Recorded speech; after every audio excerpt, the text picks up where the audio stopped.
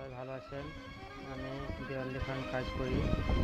এই যে আমার তুলি, এটা দিয়ে আমার পুরো ভবিষ্যৎ জুড়ে আছে। অনেকদিন পর একটা কাজ পেয়েছি, অনেকদিন থেকে কাজ করিনি, কিন্তু আবার শুরু করলাম নতুন করে কাজ। কিন্তু আমার হাতের লেখাটা অনেক বদলে গেছে। অনেকদিন থেকে আমি কোনো পরিচর্যা করি না,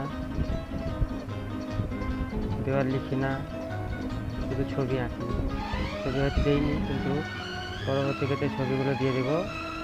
এখন এটা একটা সারের দোকানে পোস্টার লিখছি, লিখতে দিয়েছে। তার দুটো দেওয়াল ছিল, একটা দেওয়াল লিখছে, একটা দেওয়াল লিখে দিয়েছি, কিন্তু তুলতে পারিনি।